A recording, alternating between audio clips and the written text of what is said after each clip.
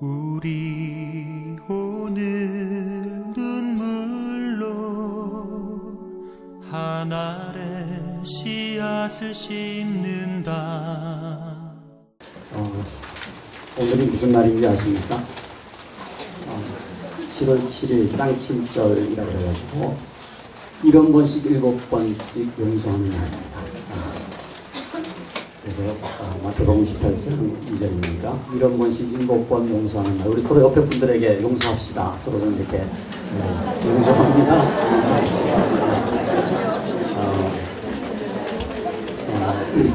누가 저한테 이렇게 문자 메시지를 보냈어요. 오늘 칠칠절입니다. 쌍칠절입니다. 하면서 7번씩 7번 용서하는 날이 되세요. 그러니까 팍 제가 찔리면서 바로 제가 용서를 해야 되겠다. 그런 생각을 했습니다. 참 좋죠, 그죠? 칠칠절. 그래서 뭐 칠땡 그러면서 뭐 딴 생각 하시는 분들도 계실지 모르겠습니다만 용서하는 날. 우리가 특별히 그 자녀를 용서했으면 좋겠어요. 자녀에 대한 어떤 그 분노가 아직 좀 있는 분들이 계시다면 이 쌍칠절을 맞이해서 7번씩 7번 또 딱 490번만 용서하는 분이 있어요. 네, 그러지 말고 정말 자녀를 용서하고 남편을 용서하고 아내를 용서하고 또 우리 성도님들 간에 혹시 맺힌 어떤 것이 있다면 같이 나눠볼 수 있기를 바랍니다. 오늘은 이제 은사를 개발하는 교육인데요. 제가 이렇게 그 위에 옷을 좀 벗어도 되겠죠? 네.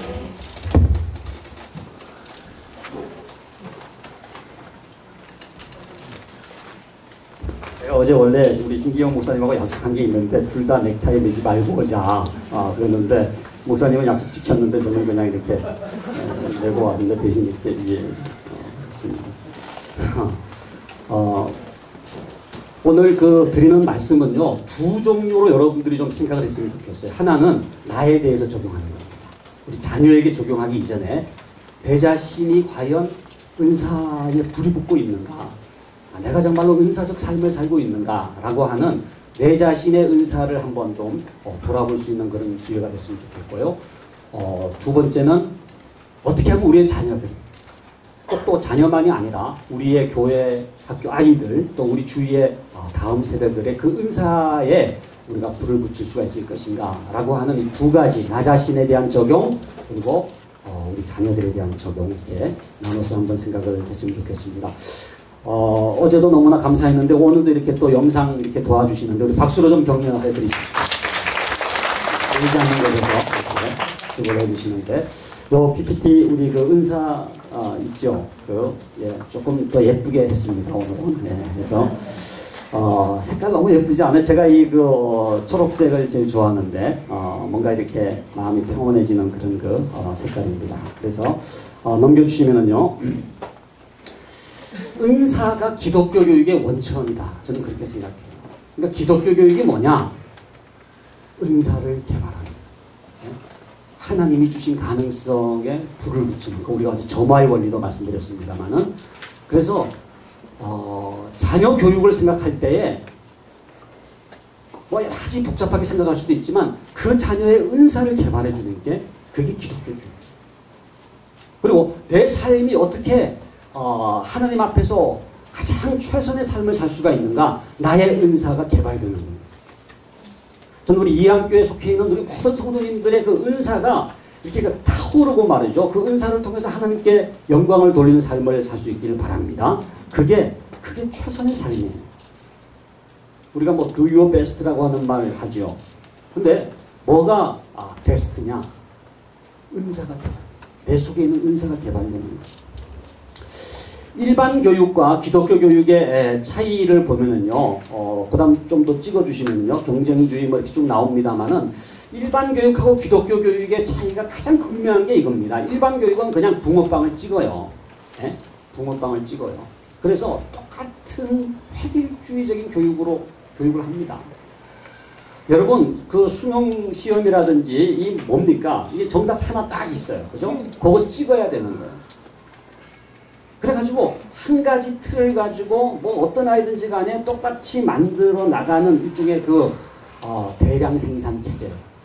제가 이제 부모님들 모셔놓고 학교가 뭐냐, 학교를 좀 이렇게 그려보거나 이렇게 학교가 뭔지 데피니션을 내려보라, 정의를 내려보라 그러면은 많이 나오는 것 중에 하나가 뭐냐면요, 공장이라는 거예요. 공장. 학교는 공장이다. 그러니까는 똑같은 원자재에 다양한 원자재가 들어오지만 똑같은 제품으로 그냥 이렇게 만들어 찍어내는 그런 공장과 같다. 이게 일반 교육이에요. 세상 교육이에요. 그러니까 그 아이의 어떤 그 가능성, 그 아이의 은사, 그 아이의 다양성 이런 것을 보지 않고 그냥 이렇게 몰아가는 거예요. 그래서 획일주의, 경쟁주의, 개인주의, 출세주의, 입시지상주의, 저는 이렇게 5가지 특징으로 정리를 해봤습니다만은 그냥 이렇게 하나로 몰아가는 거 있죠.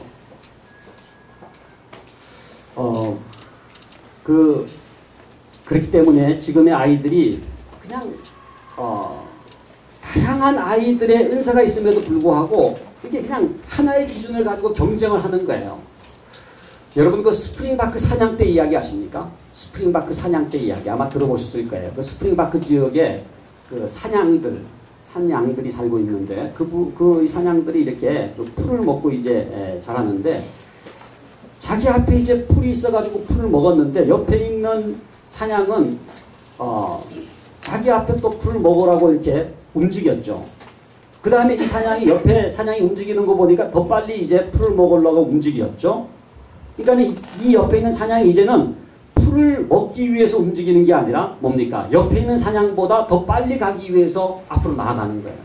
그러니까 옆에 있는 사냥은 또 더 빨리, 그러니까는 스프링바크의 사냥대가 초원을 지나는 거예요. 앞에 지금 풀이 있습니다. 밑에 풀이 있어요. 그러나 그 풀을 지나가지고 서로가 먼저 뛰어가려고 경쟁을 하다가 결국은 스프링바크 사냥대가 전부 다 절벽 위에서 떨어졌다 하는 얘기가 이 스프링바크 사냥대 이야기거든요. 그게 지금 오늘날의 교육을 잘 풍자하고 있다고 생각이 돼요. 그냥 목적을 상실해버렸어요. 닐 포스트만이라고 하는 분이 쓴 교육의 종말이라고 하는 아주 유명한 책이 있습니다. The End of Education이라고 하는 교육의 종말. 그분이 그 책에서 뭐라고 얘기하냐면은 이 end, end라고 하는 게 끝이라고 하는 뜻도 있지만 목적이라고 하는 뜻이 있거든요. 목적을 잃어버린 게 종말이다. 그러니까 교육에 대한 목적을 잃어버렸어요. 그냥 이렇게 서로가 경쟁하는 것 자체가 목적이 되어버렸어요. 옆에 아이들보다 더 빨리 나가야 된다라고 하는 게 목적이 되어버렸어요. 그래가지고 밑에는 풀이 있는데 초원을 그냥 집주해버리는 거예요. 이게 경쟁주의, 획일주의, 또 개인주의, 출세주의, 출세가 그냥 완전히 이 성공의 획이라, 뭐 어디 법대 들어가고 무슨 뭐가 되는 것이 마치 성공인 것처럼 그렇게 그 판에 박힌 듯한 성공주의, 이게 얼마나 왜곡된 것입니까? 그래가지고 입시지상 어느 대학 무슨 과 들어가는 거 그 아이의 은사와 관계없이 그것을 이름하여 성공이라고 부르기 시작한 이상한 종족이 이 땅에 살고 있는데 그게 인간이에요. 특별히 우리나라가 그렇습니다. 그래서 오늘 우리가 주목해야 될 것은 정말로 우리 아이들에게 하나님께서 어떤 가능성을 주셨고 먼저 우리 아이 이전에 나에게 어떤 은사를 주셨는지 우리 자신을 돌아보면서 정말 하나님의 부르심에 응답할 수 있는 그런 교육이 되어야 되겠다. 그래서 그 다음 넘겨주시면은요. 여기 계속 사생활에 관련된 건데 이게 저의 어릴 때 모습입니다. 네?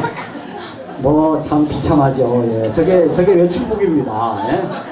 이 난닝구라 그러죠. 난닝구. 예. 이게 난닝구 입고 이렇게 검정 고무신 신고 이게 지금 교회 지금 마룻바닥이거든요. 예. 교회 마룻바닥인데 누가 제 같아요? 예? 째려고. 이렇게 그 악한 마음을 품으시면 안 되죠.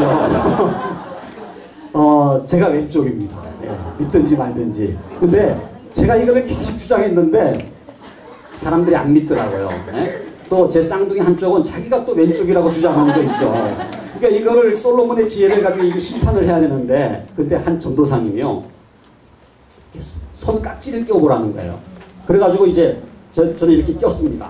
여러분들 한번 이렇게 손을 깍지 껴보세요. 깍지 껴보면은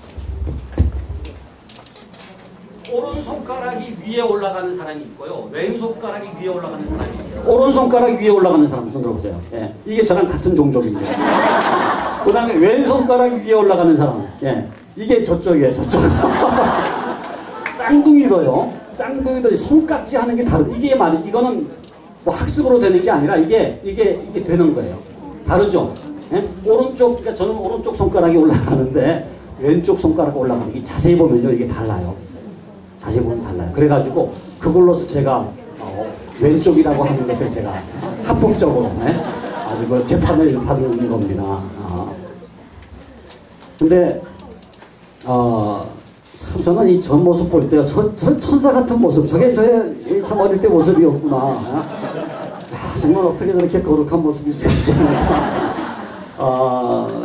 참 저 지금 그 사진을 저는 너무나 사랑하고 근데 그 사진 원본을 저 쌍둥이 저쪽에 가져갔어요. 그래가지고 지금 이제 재산권 분쟁이 지금 일어나게 되는데 너무나 얼굴이 똑같이 생겼습니다. 제가 이제 쌍둥이 동생이거든요. 5분 늦게 태어났어요. 5분. 예. 그러니까 혹시 여러분 쌍둥이 신분 계십니까? 일란스는 쌍둥이? 예? 자녀들이 혹시 쌍둥이인 분들이 계실지 모르겠는데 쌍둥이 동생처럼 또 억울한 게 없어요. 예? 요즘에는 산부인과 의사 마음입니다. 제왕절개 수술하면은 먼저 끄집어내는 게 형이에요. 산부인과 의사의 그 주권적인 능력에 의해서 이렇게 형 동생이 결정되는데 제가 이제 5분 늦게 태어나서 이제 그리고 또 의사들 만났더니 이렇게 먼저 형이 늦게 나온다는 거예요. 형이 먼저 이렇게 가운데 자리 잡은 그 쌍둥이가 늦게 나온다 그런 얘기를 하면서 저를 자꾸 이렇게 부추기더라고요. 너 네가 형이다 뭐 이런 식으로. 근데 이제 야곱과 에서를 생각할 때 동생이 좋잖아요. 야곱이. 그래서는 이제 동생인 것을 그냥 받아들이기로 했는데 얼굴이 너무 똑같으니까 저희 아버님이 구분을 잘 못하셨어요. 둘 다 홍역에 걸렸는데 어릴 때 제가 분명히 약을 먹었는데 또 약을 주시더라고요. 내가 분명히 약을 먹었는데 그래도 이제 감사함으로 받으면 버릴 것이 없다고 그랬죠. 그래서 제가 이렇게 먹었더니 옆에 시름시름 주고 가는 거예요.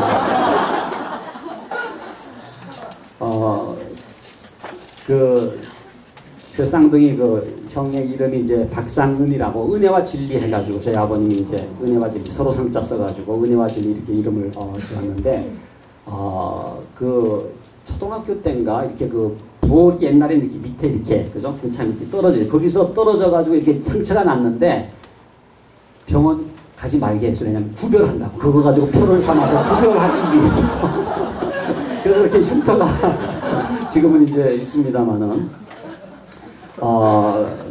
그래도 요즘도 구분을 못 해가지고 이렇게 어제도 신경 목사님 말씀하셨지만은 TV는 그쪽이 좀 많이 나와요. 이제 뭐 의료윤리 뭐 해가지고 새마냥병원이라고 지금 거기 원장인데 이렇게 뭐 아프가니스탄 사건 때 전부 피랍됐던 분들 입원했던 병원이기도 하고 그 다음에 이제 존엄사 문제 이런 것 때문에 이제 KBS 신화 토론에도 이제 그 박상은 장로 샘물교회 장로입니다. 나왔는데 저한테 전화해가지고 미안하다 중간부터 봤다 그러면서 교육을 공부한 줄 알았는데 언제 의료인들을 공부했느냐 그러더라고요. 그래가지고 제가 전화로 뭐 다 얘기하기 너무 힘들어서 그냥 기본 아니냐 그냥 그러고 나갔습니다. 지금부터 제가 일부러 가르마를 반대로 한 거예요. 제가 가르마를 바로 하면 훨씬 더 잘생겼습니다. 그럼에도 불구하고 제가 이제 구분하기 위해서 이렇게 반대로 했음에도 불구하고 구분을 못 하더라고요. 궁금한 분들은 어떻게 아내가 구분하느냐고 묻더라고요. 아내는 구분합니다. 사랑하는 사람은 그 구분을 하는 거예요. 근데 문제는 우리가 구분을 못할 때가 있었어요. 무슨 얘기냐? 이 실화입니다. 실화. 이 100일 사진, 돌 사진을 한 장씩만 뽑아 놓으신 거예요. 그래가지고 쌍둥이 앨범 그래가지고 만들어 놓으셨는데 우리가 이제 결혼을 하면서 재산을 나눠야 되잖아요. 그래가지고 이제 사진첩을 이렇게 사진을 나누는데 100일 사진, 돌 사진을 딱 보는데 진짜예요. 누가 난지 모르겠어요. 이것보다 훨씬 심해요. 이거보다 훨씬 심. 그래가지고 그냥 반 잘라가지고 이게 너다 이게 나다. 지금도 제가 가지고 있는 게 전지 모르겠습니다. 이렇게 보관하는 거예요. 너무너무 똑같아요. 그런데 뭐가 다르다? 은사가 달라요. 쌍둥이도 은사가 다르다. 이건 아무나 얘기할 수 있는 게 아닙니다. 이거는 일란성 쌍둥이만 얘기할 수 있는 거예요. 쌍둥이도 은사가 달라요. 예? 쌍둥이가 지문이 다르고요. 예? 쌍둥이라고 해서 모든 게 같은 것처럼 보이고 뭐 유전인재가 같다고 얘기할지 모르지만 하나님은요 같은 작품을 만드신 적이 없어요. 참 저는 그래서 자라나면서 이러한 그 하나님의 섭리라 그럴까요? 하나님의 신비를 너무너무 경험합니다. 사실 제가 어릴 때 그런 고민돼서 우리가 똑같은데 뭐 둘 다 살 필요가 있느냐. 어? 너 죽어라. 뭐 너 죽으라는 얘기는 안 했습니다만은 내가 이렇게 그 삶의 어떤 그 의미에 대해서 고민해 본 적이 있어요. 우리가 똑같다면 복제이근과 같은 존재가 나 말고 또 똑같은 존재가 있다면은 사실 그 삶의 어떤 그 의미가 없겠죠. 근데 그게 아니에요. 똑같은 존재가 없어요. 하나님이요 쌍둥이도 다르게 지었어요. 네? 은사가 달라요. 우리의 자녀들이요 비슷한 것 같아도요 똑같은 아이가 없습니다. 이 학교에 오는 교회학교 아이들이요 뭐 걔네들이겠지 그게 아니에요. 한 명 한 명이 너무나 소중하고요 너무나 독특한 거예요. 지금 여러분들 여기 가득 오셨습니다마는 성도님들 한 분 한 분이요 다 다른 거예요. 우리 이해한 교회만이 아니라 우리 동천학교에 다니는 지금 아이들 있잖아요. 좀 이렇게 불편한 아이들, 예? 장애가 있다고 할지라도 그 아이들이요 스페셜합니다. 독특해요. 그러니까 하나님은요 우리 아이들 한 아이에게 은사를 주시고 가능성을 주셨는데 그것이 이렇게 타오르고 그것이 개발되고 그것이 발현되게 될 때에 우리는 그것을 이름하여 교육이라고 얘기합니다. 교육. 여러분 교육이라고 하는 그 education이라는 말 그 영어가 education이 그 라틴어 에듀카레에서부터 온 거 아시죠? 에듀카레라고 하는 그 이라고 하는 게 이게 밖으로라고 하는 뜻이고 듀카레라고 하는 것은 끄집어낸다. 밖으로 끄집어내는 거예요. 그게 뭐냐면은 그 아이 속에 있는 잠재 능력을 끄집어내는 게 이게 education, 교육이에요. 그러니까 우리 아이들에 대한 교육이 뭐냐? 그 아이 속에 있어요. 뭐가 있어요? 하나님이 은사로 주신 게 있어요.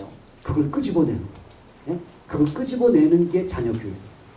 우리도 마찬가지입니다. 우리도 평생 교육을 받아야 되는데 여러분들 지금 이한교에 나와서 목사님 설교를 들으시고 또 성경 공부를 하시고 예? 이게 전부 다 교육이거든요. 그것을 통해서 여러분들 속에 있는 하나님의 가능성, 하나님의 은사가 이렇게 끄집어내지는 거예요. 그래가지고 여러분들이 하나님께 영광을 돌리고 성숙한 mature 크리스천, 예? 성숙한 크리스천이 되는 과정, 이게 바로 교육이 아닙니까? 그래서 넘겨주시면요. 한 번 더 클릭해 주시면은 요게 지금 이제 그 화살표가 이렇게 한 번 칠 때마다 이렇게 연결되는데요. 요게 지금 이제 7가지요. 7가지 요 지금 화살표가 연결이 됩니다. 오늘 77절이기 때문에 이게 또 7가지. 제가 이 참 그 어제도 7가지 원리 말씀드렸지만 7이 완전 숫자지 않습니까? 근데 은사와 소명이 뗄래야 뗄 수 없는 관계가 있어요. 그러니까 은사와 소명이 뗄래야 뗄 수 없는 관계가 있고 소명을 통해서 진정한 자기 발견을 하는 겁니다. 그러니까 내가 누군지에 대해서 은사를 발견하고 소명을 깨닫게 될 때 내가 누군지 진정한 자기를 발견하게 됩니다. 그 다음에 그 자기 발견을 통해서 내가 독특하다고 하는 것을 깨닫는 거예요. 유니니스. 내가 독특하구나. 이건 뭐 남이 아니라 나는 나구나 라고 하는 것을 깨닫는 거예요. 여러분의 삶이 여러분의 삶이다라고 하는 독특함을 깨닫는 거예요. 거기에서 뭐가 있습니까? 마이 웨이가 있어요. 나의 길이 있어요. 나의 길. 그 마이 웨이, 나의 길이라고 하는 것을 진정으로 깨닫는 사람만이 건강한 공동체를 이룰 수가 있어요. 그러니까 마이 웨이가 없이 그냥 같이 어울려 다니는 것은요 굉장히 의존적인 존재입니다. 여러분 결혼이라고 하는 것도 이미 뭐 다 경험을 하셨겠습니다만은 홀로 설 수 있는 사람이 함께 만나는 게 결혼이에요. 그냥 이렇게 그냥 의존적인 게 아니에요. 심리적으로 완전히 이렇게 의존적이고 예? 그냥 뭐 그게 아니에요. 그렇게 될 때 굉장히 그 뭐 의처적이라든지 의부적이라든지 이런 것들이 생길 수 있는 것은 너무나 그 홀로 있지 못하기 때문에 마이웨이가 없는 거기 때문에 그렇게 되는 거예요. 심리적으로 건강하지 못한 것이죠. 그 공동체를 통해서 이루어지는 나라가 뭐냐면요. 하나님의 나라입니다. 하나님의 나라. 그래서 오늘 제가 이제 이 7가지를 좀 설명을 드리려고 하는데요. 여러분, 우리의 은사가 소명과 관련되고 이게 자기 발견이 독특성으로 그 다음에 마이웨이 나의 길 이 공동체를 이루고 나아가서는 하나님의 나라를 이루게 되는 그 통로, 그 방편이 되는 것이 바로 은사다라고 하는 것을 생각할 때 은사는 하나님 나라와 연결되어 있는데 구비구비, 그죠? 은사, 소명, 이거 나중에 다 오늘은 시험, 어제도 시험 안 봤지만 오늘도 시험 없죠. 은사, 소명, 자기 발견, 독특성, 나의 길, 공동체, 하나님 나라. 요 코스를 말이죠. 요거를 잘 이어져 가지고 생각하게 될 때 우리의 삶의 여정이 얼마나 축복된 삶인지를 깨닫게 돼요. 자, 그러면은 우리 첫 번째 은사입니다. 은사가 뭐냐? 우리 먼저 야고보서 1장 17절 한번 찾아보겠습니다. 야고보서 1장 17절. 우리가 작년 여름 성경학교니까 오늘은 좀 성경 몇 구절을 찾겠는데요. 야고보서 1장 17절 말씀. 야고보서 참 찾기가 어렵죠, 그죠? 야고보서. 히브리서 다음에 야고보서 1장 17절 같이 한번 읽겠습니다. 각양 좋은 은사와 온전한 선물이 다 위로부터 빛들의 아버지께로서 내려오나니. 참 귀한 말씀입니다. 각양 좋은 은사와 온전한 선물, 이게 다 어디로부터 한다고 그랬어요? 다 위로부터 빛들의 아버지께로서 내려오나니. 은사는 누가 주시는 거예요? 하나님 아버지가 주시는 거예요. 그래서 이것을 선물이라고 했어요. 그러니까 가장 좋은 은사, 우리에게 있는 가장 좋은 은사, 이 온전한 선물이 다 하나님께서 주시는 선물인데 이게 기프트입니다. 기프트. 예? 이게 원어로는 카리스마타라고. 카리스마타. 이게 하나님의 선물입니다. 그러니까 하나님이 선물을 안 주신 사람은 아무도 없어요. 예? 믿는 자든지 안 믿는 자든지 여러분, 하나님께서 그 사람에게 가능성을 주셨어요. 재능을 주셨어요. 은사를 주셨어요. 특별히 우리가 예수를 믿게 되면서 하나님께서 주시는 놀라운 은사가 있어요. 그 은사가 뭐냐? 하나님의 선물이라는 거예요. 로마서 12장 6절 한 구절만 더 볼까요? 로마서 12장 6절. 우리 은사에 대해서 너무나 우리가 많이 인용하는 구절이 바로 로마서 12장 6절인데 로마서 12장 6절을 같이 한번 찾아서 읽도록 하겠습니다. 로마서 12장 6절 함께 봅니다. 우리에게 주신 은혜대로 받은 은사가 각각 다르니 혹 예언이면 믿음의 분수대로 해서 쫙 이제 나오지 않습니까? 우리에게 주신 은혜대로 받은 은사가 각각 다르니. 여기서 굉장히 중요한 말씀이 몇 가지 나오는데 우선 우리에게 주신 은혜대로 받은 은사는 일단 그저 주셨다. 은사는 거저 주시는 겁니다. 은혜입니다. 그레이스입니다. 이거는 무슨 값으로 우리가 무슨 뭐 돈 주고 산 게 아니지 않습니까? 그러니까 우리가 하나님께로부터 선물로 은사를 받는데 그게 뭐라고 그랬어요? 각각 다르다. 그래서 하나님의 은혜와 섭리를 통해서 각각 개인이 받는 은혜, 역량, 진리, 재능, 요게 이제 사전에 나오는 은사에 대한 정의입니다. 하나님의 은혜와 섭리를 통하여 각각 개인이 받는 은혜, 역량, 진리, 재능, 이걸 우리가 은사라고 얘기하는데 안 받은 사람이 아니에요. 여러분, 오늘 이 자리에 오신 여러분들 하나님 앞에서 분명히 우리가 고백하고 깨달아야 될 게 뭐냐면요, 하나님이 나에게 은사를 주셨다. 네? 하나님께서 우리 자녀들에게 은사를 주셨다. 100%의 가능성을 주셨어요. 그러니까 가능성이 없는 아이는 아무도 없습니다. 내일은 좀 영상도 좀 보여드리려고 하는데 하나님께서요 모든 자녀들에게 100%의 가능성을 주셨는데 어떤 아이는 그 가능성이 불이 붙어가지고 타오르는가 하면 어떤 아이는 가능성이 없는 게 아니에요. 가능성이 있는데 죽어있어요. 꺼져 있어요. 네? 마치 에스겔 골짜기에 그 죽어있는 뼈들처럼. 그럼 기독교육은 뭡니까? 생기를 부르는, 생기를 부르는. 저는요 제일 안타까운 게 이겁니다. 하나님이 은사를 주셨음에도 불구하고 마치 은사를 안이 주신 것처럼 살아가는 사람들.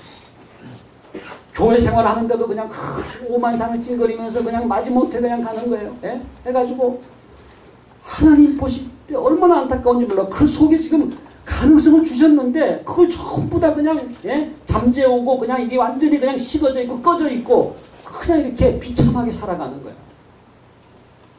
그 은사를 불일 듯 일어나게 하는 거. 그죠? 그래서 이 기독교 교육의 다른 정의가 뭐냐면 은사 개발입니다. 기독교 교육의 다른 정의는 은사 개발이다. 그래서 그 가능성에 점화를 일으키는 게 하나님의 뜻이다. 그래서 우리가 이 첫 번째 이 은사 부분에서 우리가 깨달아야 될 것은 뭐냐면요. 나에게 하나님이 은사를 주셨다. 그게 지금 발현됐든 발현되지 못했든 우리가 고백해야 될 것은 하나님이 나에게 100%의 가능성을 주셨다. 우리 자녀들에게도 주셨다. 이걸 먼저 봅니다. 두 번째는요. 소명입니다. 모든 은사에는 뜻이 있어요. 하나님이 우리에게 그 은사를 주신 데에는 하나님의 의지가 있습니다. 뜻이 없는 은사는 없어요. 하나님께서 그냥 이렇게 한번 줘보신 게 아니에요. 하나님은 그 은사를 주시면서 그 사람에게 기대하는 뜻이 있어요. 우리 자녀들에게 은사를 주시면서 기대하는 뜻이 있어요. 오늘 이 자리에 나오신 우리가 여러분들이 가지고 계신 은사에는요. 뜻이 있습니다. 저는 이 하나님의 의지라는 말을 참 좋아해요. 하나님의 의지. 하나님이 긍정하시는데 우리가 부정해서는 안 되잖아요. 우리는 하나님의 의지의 산물입니다. 우리가 존재하는 것도 하나님께서 이 땅에 내셨기 때문이고 하나님께서 우리 안에 또 은사를 주신 것은 하나님의 의지의 표현이에요. 그렇기 때문에 하나님께서 우리를 긍정하시고 하나님은 지금 우리에게 뭔가를 기대하시는 거예요. 어떤 뜻이 있어요. 그게 뭐냐면요. 부르심입니다. God's calling. 부르심. 그러니까 모든 은사에는 뜻이 있고 방향이 있고 그게 뭐냐면 하나님께서 그 은사를 통해서 우리들에게 요청하시는 것이 있어요. 그게 뭐냐면 콜링입니다. 콜링. 소명. 그러니까 모든 은사는 소명과 관련이 되어 있어요. 그러니까 모든 은사는요 방향이 있습니다. 그게 하나님의 뜻이라 그랬죠. 그게 뭐냐? 하나님께서 우리들을 향하여 부르시는 하나님의 뜻이거든요. 우리가 이 직업이라고 얘기할 때 vocation, 그죠? vocation이라고 하는 게 라틴어 vocare에서 왔는데 그게 뭐냐면 부르다라고 하는 뜻이에요. 부르다. calling의 뜻이 있어요. 그러니까 사실은요 모든 직업이라고 하는 게 뭐냐 하면은 하나님의 부르심입니다. 하나님의 부르심과 관련되어 있고 그 부르심이 은사와 관련될 때에 가장 파워가 있어요. 가장 파워가 있어요. 그러니까 저는 우리 이제 아이들 진로 지도를 할 때요. 진로 지도를 할 때 가장 중요한 게 뭐냐면은 그 아이에게 어떤 은사가 있느냐는 겁니다. 저는 진로 지도는 교회의 몫이라고 생각해요. 또 우리 부모님의 몫이라고 생각해요. 학교는 뭐예요? 학교는 배치합니다. 배치고사 봐가지고 배치하는 건 뭐예요? 수능 점수 가지고 그 점수로 갈 수 있는 학과를 그냥 쭉 열거하는 게 이게 학교가 일반적으로 하는 배치표입니다. 진로 지도가 아니에요. 진정한 진로 지도는 뭐예요? 그 아이의 은사. 왜? 그게 바로 소명과 관련이 있기 때문에.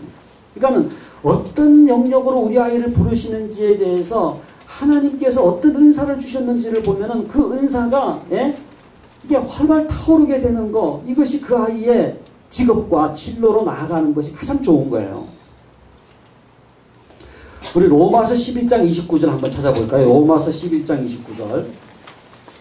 그 성경 말씀 여러분들이 적어주시면 좋겠습니다. 로마서 11장 29절. 거기 보면은 뭐라고 되어 있습니까? 같이 한번 읽어볼까요? 11장 29절 말씀 함께 봅니다. 하나님의 은사와 부르심에는 후회하심이 아닙니다. 은사와 부르심이 같이 나와요. 하나님의 은사와 부르심에는 후회합니다. 하나님의 은사가 뭐냐? 그게 바로 은사를 통해서 하나님은 영광 받으시기를 원하시기 때문에 그 은사를 통해서 하나님께서 우리에게 원하시는 뜻이 있는데 그게 뭐냐? 콜링입니다. 하나님께서 우리들에게 원하시는 뜻이에요.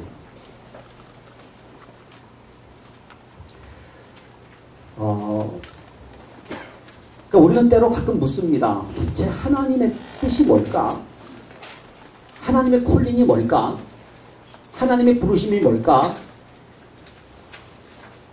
은사가 대답입니다. 내가 가지고 있는 은사를 통해서 하나님께 영광 돌리기를 원하십니다. 네? 내가 가지고 있는 은사를 통해서 섬기기를 원하십니다. 그래서 저는 이런 교회를 꿈꿉니다. 모든 성도들의 은사가 그냥 다 불이 붙어가지고 은사로 그냥 하나님께 영광을 돌리는 거예요. 그러면요 엄청난 파워가 있어요. 서로가 서로를 섬길 뿐만 아니라 그 은사가 마치 무지개와 같이 오색찬란하게 하나님께 영광을 돌리는데 그것을 통해서 세상을 변화시키고 이웃을 변화시키는 능력이 되는 겁니다. 우리가 이 12제자들에 대한 부르심을 보면은요, 이게 뭐냐면은 우리 주님께서요, 그 12제자들 한 사람 한 사람의 독특한 은사를 보시는 거예요. 그러니까 그 부르심이요, 바로 그 베드로를 부르시고 요한을 부르시고 야고보를 부르시고 이 12제자들을 부르시는 그 부르심은 은사적 부르심입니다. 하나님께서 무슨 뭐 딴 일을 하게 하시는 게 아니에요. 그 제자들이 가지고 있는 은사에 불이 붙기를 원하죠. 그래가지고 하나님 나라에 다 쓰시는 거예요. 그래서 밖으로부터의 부르심은 또 내면의 은사를 일깨운다. 우리가 은사를 개발한다고 하는 것은 이게 안에서부터 이게 뭔가를 끄집어낸다고 얘기했지만 이게 뭐랑 연결돼요? 밖에서부터 위로부터 하나님께서 부르시는 콜링하고 이게 맞닿아 있다는 거예요. 그래서 하나님의 부르심은 우리의 은사를 더 개발하고 우리가 은사를 개발할수록 하나님의 부르심에도 응답할 수 있는 이게 그 연결고리가 되어 있다는 것이죠. 그래서 이 은사와 소명의 연계성. 그 다음 세 번째입니다. 넘겨주시면은 자기 발견. 은사를 개발한다고 하는 것은 자기를 찾아가는 과정. 자기를 찾아가는 과정. 여러분 정말 누굽니까? 우리가 그 사회학에서 이 그 일반화된 타자 이런 말 쓰죠. 일반화된 타자. 이게 무슨 얘기냐면은 사실은 자기 생이 아니라 남들이 규정하는 대로 살아가 버린다는 거예요. 네? 이게 그 소위 그 남들에 의해서 살아가는 인생 이게 일반화된 타자입니다. 진짜 자기 삶을 살지를 못하고 넌 이래야 돼. 넌 이랬으면 좋겠어. 또 사회에서 평판이 이렇다면은 이렇게. 그러니까는 그냥 남들이 생각하는 삶을 살아가면서 한 번도 자기 인생을 살아가보지 못했다. 이렇게 방황하는 사람들이 있어요. 여러분 그 중에 대표적인 그 심리학자가 여러분들 아시는 이 융이라고 하는 거. 융의 심리학. 예? 이 정신분석학자 중에서 이 융의 심리학이 뭐로 유명하느냐? 이 소위 그 개성화라고 부르는데 진정한 자기를 찾아가는 것을 도와주는 심리학이에요. 그래서 융의 심리학은 영성하시는 분, 특별히 우리 여러분들 그 모세골이라고 옛날 그 영락교회 담임 목사님 하셨던 이명수 목사님 계시죠? 이명수 목사님 그분이 이제 이렇게 그 영성 좋아하시고 그래서 그 영락교회를 부담스러워하셨어요. 그분은 큰 교회를 좀 부담스러워하시고 결국은 조그마한 지금 교회 모세골 교회를 지금 하고 계십니다만은 그분이 제일 좋아하는 학자가 융이라고 하는 학자거든요. 그러니까 그분이 융의 심리학을 공부하면은 자기를 찾아갈 수가 있다는, 자기의 내면을 찾아갈 수가 있다는 거예요. 그래서 물론 이제 성경책이 제일 중요한 책이죠. 근데 융의 심리학이 이런 그 신앙적인 여정을 도와주기 때문에 그분이 이제 거기에 심취를 했는데 이 인디비주에이션이라고 하는 이 개성화라고 하는 게 뭐냐면요. 진짜 내가 누군지를 찾아가는 데서부터 진정한 성숙이 있다는 거예요. 근데 이때까지 내가 누구냐? 가면을 썼다. 가면. 이게 페르소나입니다. 페르소나. 그러니까는 너는 이래야 돼, 너는 저래야 돼 라고 하는 이런 뭐 문화라든지 어떤 다른 사람의 판단이라든지 이러한 것 때문에 이때까지 내 인생 한 번도 살아보지 못한 채 페르소나 가면을 쓰고 남의 삶을 살던 인생이 true self. 참된 자기를 찾아 나서기 시작하는 때가 있다는 거예요. 그걸 융은 중년기로 봤습니다. 중년기. 그러니까 다른 심리학자는 이 아동심리, 이 영유아기, 어릴 때일수록 중요하다는 얘기를 굉장히 강조하지만은 융이 제일 강조하는 건 뭐냐? 중년기가 중요해요. 중년기. 그러니까 나이 그분이 이제 40 정도를 얘기합니다만 또 뭐 40살 그게 아니라 40 이전까지는 정신없이 남들에 의해서 규정된 삶을 살아왔다는 거예요. 근데 40이 되면서 중년이 되면서 야, 내 인생이 뭐지? 내가 이때까지 산다고 했는데 진짜 내 인생을 산 건가? 그냥 뭐 허덕이면서 뭐 이게 좋다 저게 좋다 해가지고 그냥 뭐 학교 다니고 뭐 더 좋은 대학 뭐 해가지고 정신없이 살아왔는데 뭐가 내 인생인가? 라고 하는 것을 고민하면서 40 이후에 비로소 중년기 이후에 트루 셀프를 찾아가기 시작하는 거예요. 뭐가 진정한 나의 삶인지를 찾아간다는 거예요. 그래서 그 유의 심리학을 우리가 중년기 심리학이라고도 부르는데 어제 우리가 하프타임 얘기를 했습니다마는 인생의 전반전이 있고 후반전이 있다고 했을 때 그 후반전이 특별히 어디에 해당되느냐? 이 중년기 이후에 해당됩니다. 근데 거기에서 가장 중요한 것은 자기의 진정한 모습을 찾아가는 거예요. 그러니까 여러분 저도 마찬가지고 우리가 마찬가지입니다마는 이때까지 살아온 우리의 삶이 그냥 남들이 박수치고 남들이 인기 있다 그러고 남들이 그냥 칭찬하고 그러니까 그냥 우쭐우쭐거리면서 그냥 이렇게 살아온 남들에 의해서 규정된 삶이라고 한다면은 진정한 신앙적인 삶은 뭐냐? 진짜 내가 누군지를 찾아가는 거예요. 하나님께서 원래 나에게 기대하신 그 뜻을 찾아가는 거예요. 이게 소위 그 개성화라는 번역을 했습니다마는 진정한 인디비주얼로 되는 진정한 나를 찾아가는 그러한 여정을 우리가 개성화라고 얘기를 하거든요.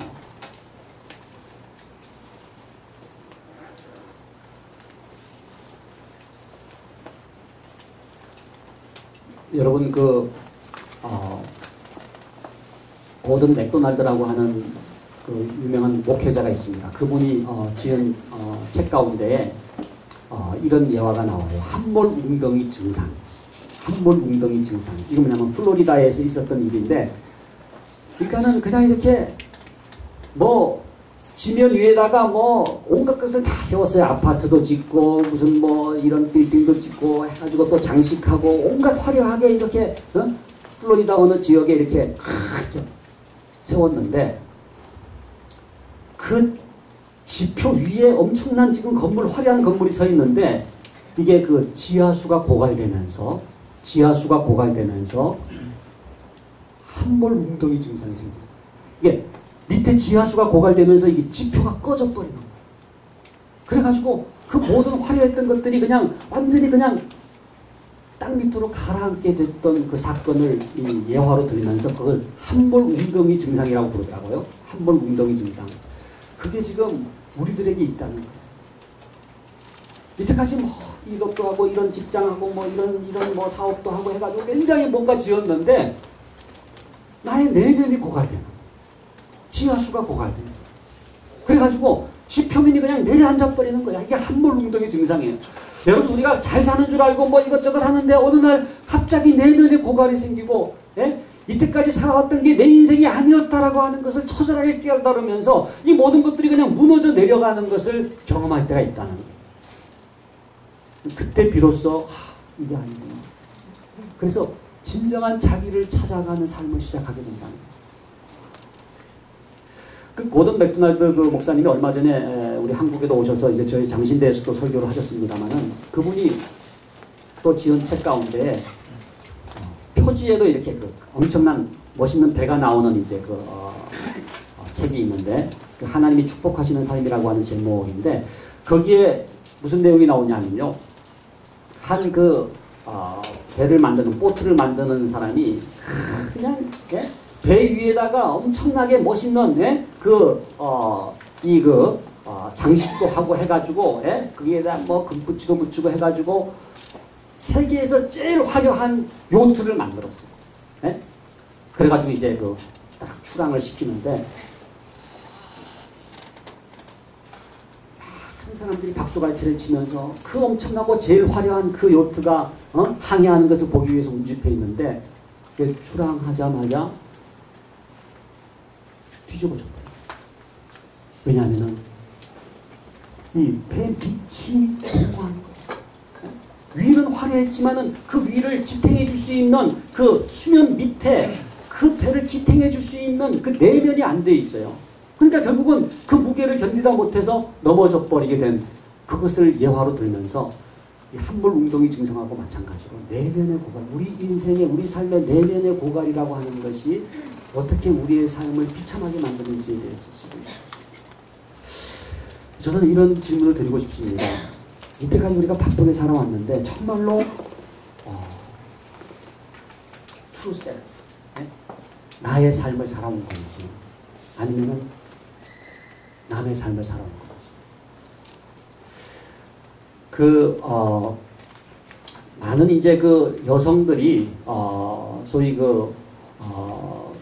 빈둥지 그 신드롬이라고 하는, 그래서 자녀들을 그냥 공부시키고 무슨 뭐 또 명문대 입학시키기 위해서 뭐 이렇게 하다가 나중에 자녀들 대학 보내든지 출가시킨다든지 그 다음에 허무한 거예요. 내가 뭘 했나? 자기 삶을 돌아보니까는 자기 인생이라고 하는 것이 남은 게 없는 것 같아가지고 그야말로 빈둥지 신드롬이라고 하는 그런 좌절을 경험하는 그러한 그 증상에 대해서 여러분들이 들어보셨을 거예요. 그래서 이 조기유학 연구하는 사람들은 그 빈둥지 신드롬이 이제 그 기러기 아빠들에게 있기 때문에 그것에 대한 또 연구도 있습니다만은. 근데 우리가 정말로 살아왔던 삶에 있어서 정말 진정한 트루 셀프라고 하는 것, 나의 어떤 그 삶을 살고 있느냐 아니면 내가 남에 의해서 규정된 삶을 사느냐. 너무나 많은 사람들이요, 자기 은사를 몰라. 자기 은사를 잊어버렸어. 그냥 이렇게 우리가 노예가 아니면서도 불구하고 남에 의해서 끌려다니는 삶을 산 거예요. 남에 의해서 규정되는 삶을 산 거예요. 그래서 정말로 우리의 신앙적인 과제, 우리 삶에 굉장히 중요한, 특히 중년기에 해당되시는, 우리가 대부분 이제 여기 중년기에 해당된다고 생각을 하는데요. 우리의 가장 중요한 과제는 뭐냐면요, 진정한 자아를 찾는 거. 진정한 자기를 발견하는 거. 근데 가장 중요한 과제가 뭐냐면요, 나의 은사가 뭐냐. 그래서 이 true self라고 할 때 자기 내면을 찾는 데 있어서 가장 중요한 게 뭐냐 하면은 우리 속에 있는 하나님이 주신 은사, 하나님이 주신 가능성을 재발견하는 거예요. 우리가 어저께도 이 디모데후서 1장 6절 말씀을 드렸습니다만은 거기 우리가 다시라고 하는데 동그라미 쳤죠. 그죠? 그러니까는 그야말로 식어져 있는, 꺼져 있는 것 같은 그 은사, 그러나 하나님이 주신 그 가능성, 그것을 재점화시키고 다시 부밀듯 일어나게 하는 거예요. 그래서 이때까지는 남에 의해서 규정된 삶을 살았다고 할지라도 이제는 나의 저 깊은 내면에서부터 아직도 하나님께서 허락해 주셔서 남아있는 그 은사, 그 가능성에 불을 붙여가지고 그 은사가 타오르는 삶을 사는 거예요. 저는 오늘 그 도전을 드리고 싶습니다. 우리의 남은 삶은 은사에 불이 붙는 삶이에요. 더 이상 남에 의해서 규정되는 삶이 아니라 하나님이 나에게 주신 원래 그 true self, 진정한 나, 그 은사대로 살아가기 시작하는, 거기에 기쁨이 있고 환희가 있고 감격이 있지 않습니까?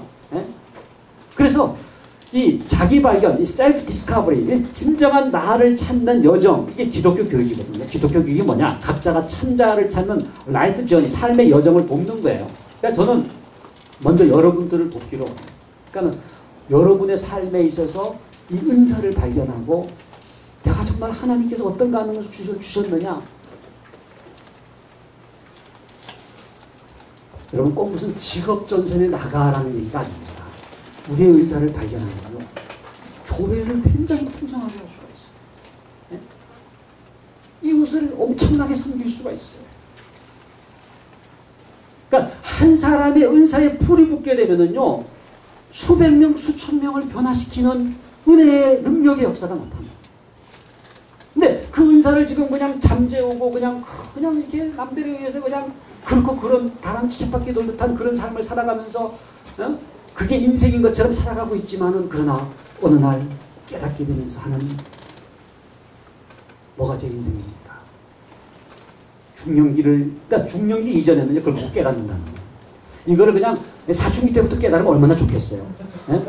근데 이거는 중년기 때 돼야 비로소 자기를 돌아볼 수 있는, 예? 이게 그 어떤 그 한계를 경험하면서, 예? 또 좌절을 경험하면서, 야, 이게 아닌데? 라고 하는 어떤 그, 예? 자기의 내면에 대한 갈증을 경험하면서 비로소 진정한 자기를 찾아가기 시작합니다. 그래서 요즘의 커리큘럼, 제가 이제 원래 세부 전공이 커리큘럼입니다. 이제 기독교 교육 중에서도 이제 그 세부 전공이 있지 않습니까? 어떤 사람은 철학이고, 어떤 사람은 무슨 뭐 사회학, 심리학. 근데 저는 이제 교육 과정 커리큘럼인데, 최근에 그 커리큘럼 이론은 뭐냐면요. 커리큘럼이 딱 정해져 가지고, 요것대로 딱 공부해야 된다. 요런 그 정해져 있는 교과 내용이 커리큘럼이 아니라, 하나하나가 커리큘럼이랍니다. 그러니까 하나의 삶의 독특성이 있기 때문에 그 하나의 삶 속에 있는 그 가능성에 불을 붙여주는 거, 이게 커리큘럼이라는 거예요. 참 저는 그 커리큘럼에 대한 이해가 마음에 듭니다. 그러니까는 교회도 마찬가지예요. 교회의 커리큘럼은 이거 그냥 획일적으로 다 그게 아니라 성도님 한 사람 한 사람의 어떤 그 독특한 삶이 있잖아요. 그 삶을 이렇게 세워드립니다. 예? 우리 아이들 하나이가 다 이게 독특한 어떤 커리큘럼이기 때문에 그 아이들의 라이프 저니, 삶의 여정을 도와줌으로써 진정한 자기를 발견하게 하는 거. 이게 세 번째 주제가 되는 겁니다. 그 다음 넘겨주시면요. 네 번째는 You are special. 독특성. 네? 우리 요거는 좀 우리 영어로 한번 좀 You are special 좀 발음도 해가 옆에 분에게 You are special 좀 이렇게 미국 사람처럼 You are special. You are special. 좀 이렇게 좀 인터뷰 좀 넣어가지고 Hello, you are special. 그럼 이렇게 하십시다. 예? You are special. 정말로 Thank you. 그럼 You welcome 하셔야 돼요. Thank you 받았으면 You welcome. 예, 영어 이해 시간 또 잠깐 가져왔습니다만. 근데 정말 특별합니다. 여러분, 한 사람 한 사람이 다 특별해. 네? 독특해. 그래서 이 독특성, 유니크하다고 하는 거, 이 독특하다. 그렇기 때문에 비교의 대상이 아닙니다. 여러분, 정말로 저와 여러분, 우리 한 사람 한 사람이 누구하고 비교해가지고 무슨 뭐 열등하다, 그게 아니에요. 여러분은 독특하기 때문에 여러분은 여러분의 아주 스페셜한 어떤 삶이 있어요.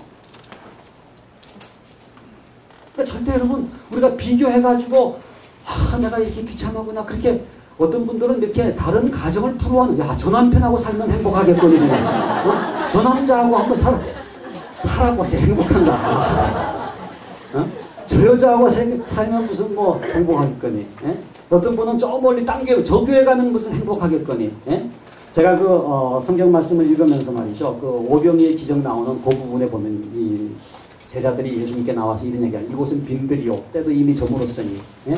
무리들을 나아가 저 마을에 가서 먹을 것을 사 먹게 하셔서, 그런 말씀이 있어요.